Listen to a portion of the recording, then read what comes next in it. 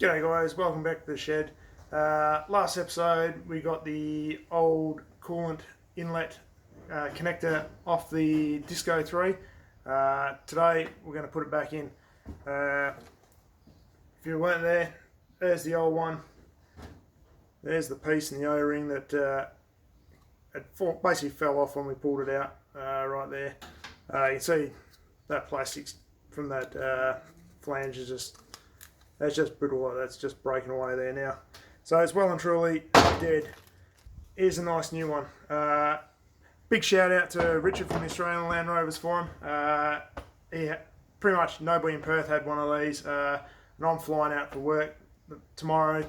I was basically going to be left with this car sitting around for the whole time, but he's come through, so I'm going to smash this in now. Alright guys, I'm not too sure how much of this you're going to actually be able to see. It's pretty tight in there, but first things first, I'm going to throw some O-ring grease just on this O-ring just to help slide it in, because that is pretty tight in there, and every little bit helps. That's going to make that just a little bit easier getting in.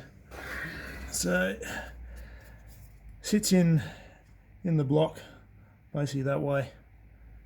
So let's see how we go.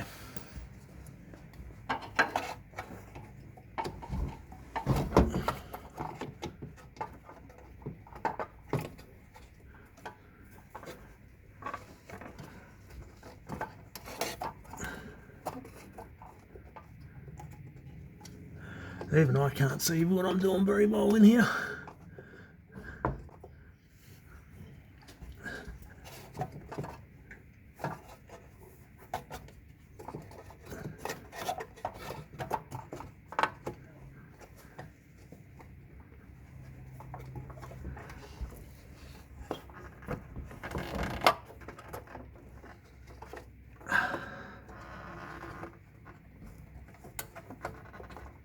Basically working blind, but actually that seems to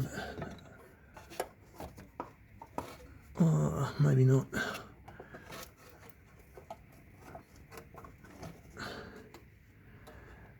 Couldn't be that easy, eh?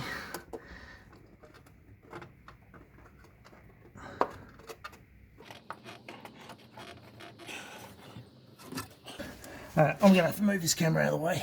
I can't see what I'm doing properly. Alright guys, so I've just got the top bolt in, and let's see if I can put the light in there, and the bottom bolt in. They just need to be tightened up there. So you see I'm using a fairly long extension to get into here.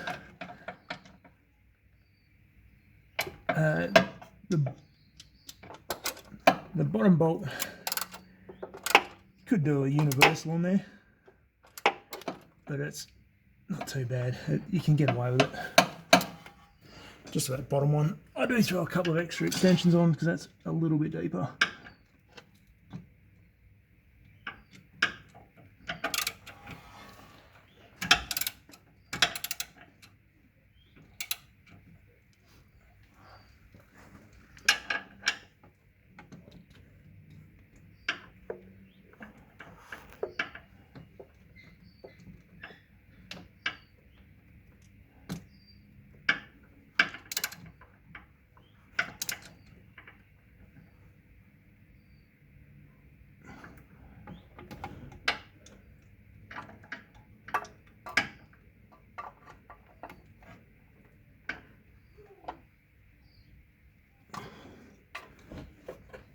This bit of hose on.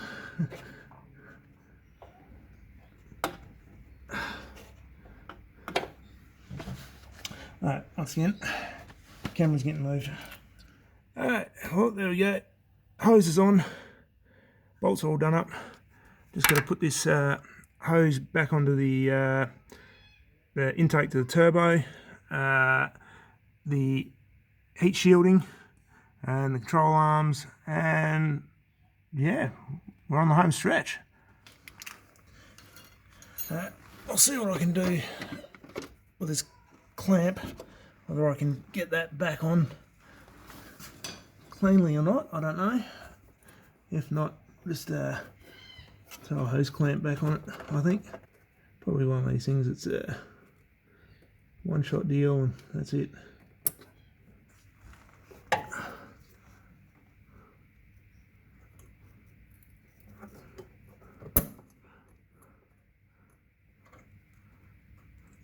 I don't think this is going to work somehow, but hey, you never know. Oh, look at that. Sorted.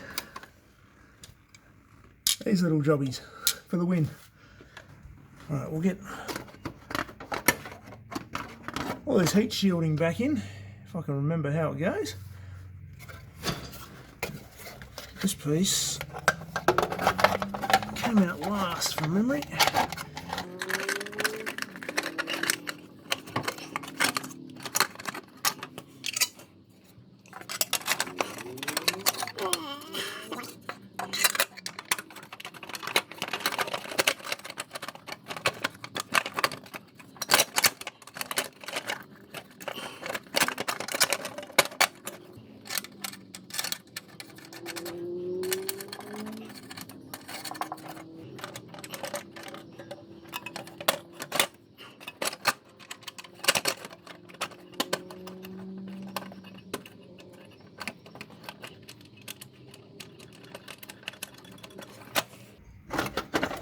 There's a bolt for this panel here, just on this side.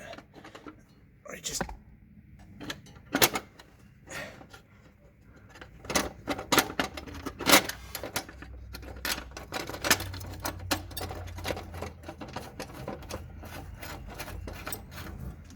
there's another two just on these side panels here.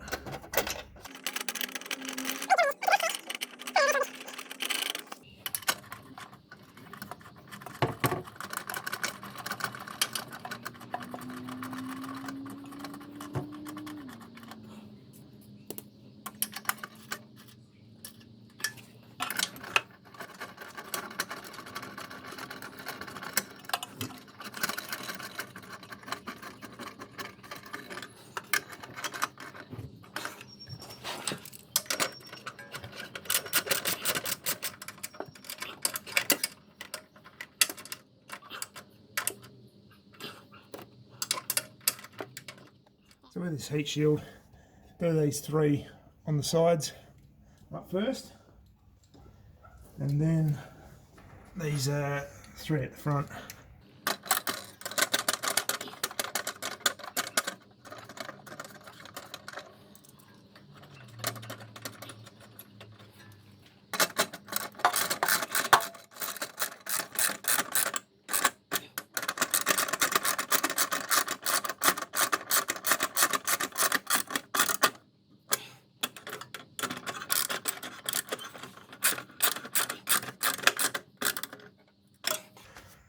Alright, that's that heat shield on.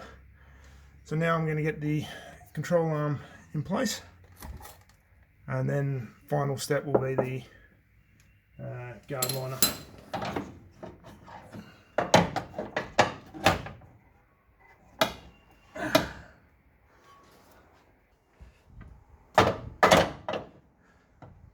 So for this bolt here, I need to come in behind the strut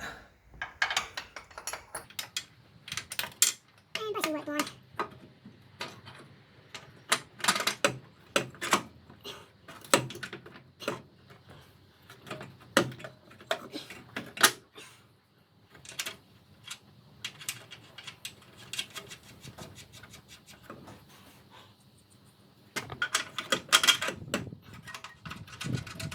I'm going to leave these all loose for the moment and torque them up when I hit the correct ride height, so we'll show you that in a second.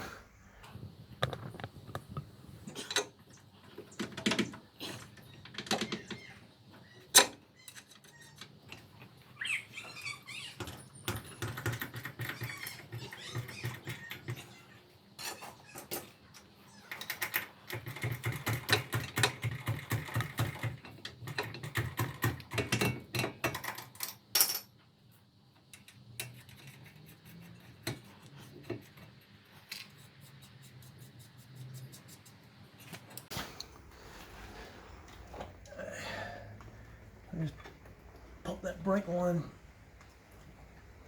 back in, and the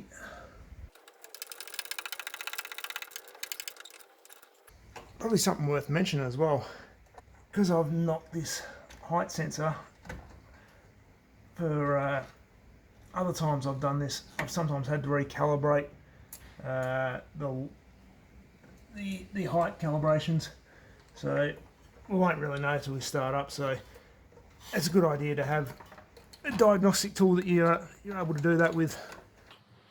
One.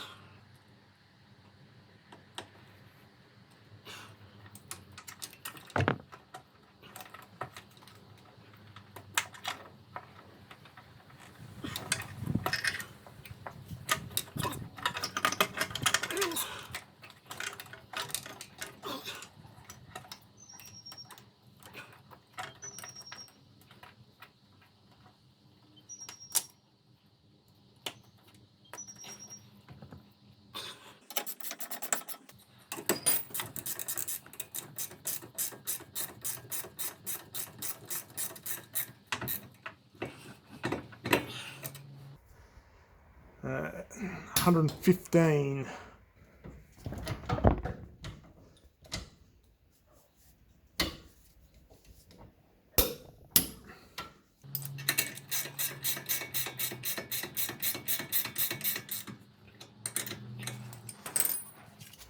So knuckle, 70 Newton meters, nothing, not particularly tight for this one. So now for these top two pivot bolts, I'll tighten these up when the suspension is at its normal operating height, which when we measure from the top of the fender to the centre of the hub should be 466 mil. So what I'll do is we'll just throw the tape over that,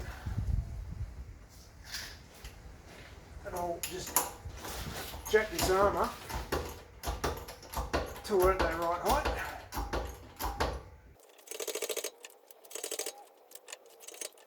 Yeah, that's pretty close. Now 175 Newton meters is what the torque on these are, but it's actually kind of hard to get a torque wrench in there, so I just do them up nice and tight.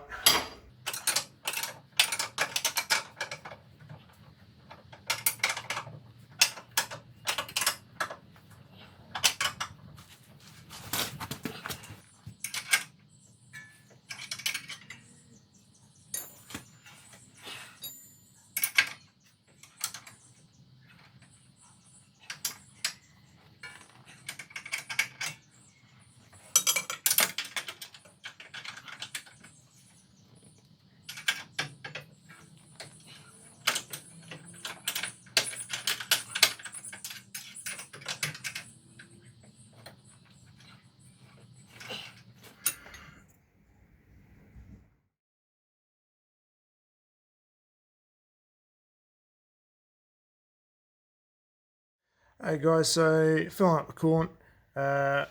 First thing you want to do is you want this bleed by here off the top of the coolant outlet. So open that one up so any air comes out there. Keep filling up till we get a dribble. And also got a bleed on top of your coolant reservoir. So open that one up. Once you've got everything filled up, we're just going to run a heat cycle through the engine to help purge out any further air. Okay guys, so I've just run a heat cycle through this engine, checked the coolant level, we're all good. Most importantly, I've gone back to and had a look at where I've worked just to check for any leaks. So far it's all looking really good, so I'm pretty happy at this stage. I try and get a video uploaded every week where I can, so yeah, don't forget to like, subscribe, comment. Especially the comments, I read them all. I reply back to pretty much all of them. So yeah, anyway, until next time guys, take it easy, see you later.